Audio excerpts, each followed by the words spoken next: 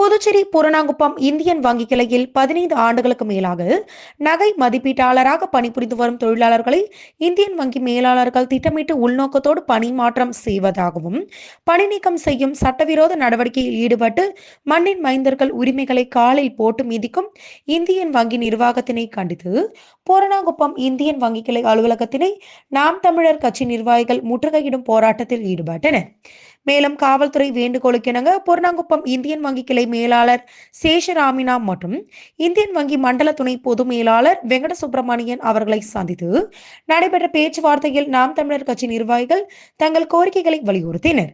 நாம் தமிழர் கட்சி நிர்வாகிகளின் கோரிக்கைகளை கேட்டறிந்த இந்தியன் வங்கி துணை பொது மேலாளர் வெங்கட சுப்பிரமணியன் அவர்கள் பணி நீக்கம் செய்யப்பட்ட நகை மதிப்பீட்டாளர் அவர்களுக்கு உடனே பணி வழங்கிடவும் உத்தரவிட்டுள்ளார்.